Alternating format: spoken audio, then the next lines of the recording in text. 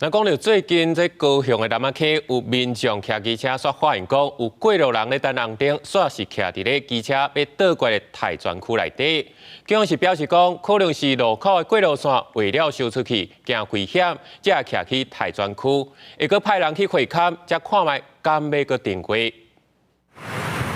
我倒摆来到这位伫高雄南仔溪后昌路的路口，骑车的人入去大转街拍算要向前，但是伫前所其他的人发现，两名行人直接骑伫这个大转车架悬顶，互骑车的人想要使用，阁惊弄着人。站吗？有，有时候会。应该是行人不应该站在那里啦，是这样，因为待转区车子要过来。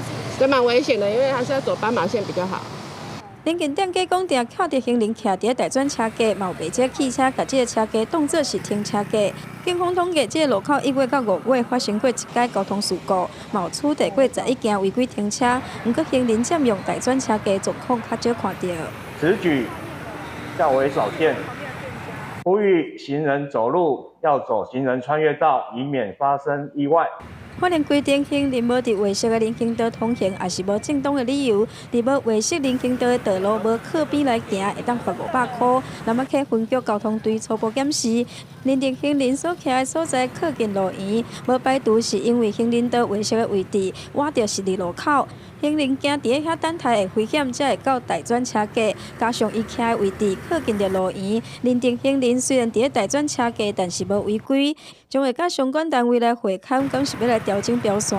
记者王刘婷、陈hen坤报道。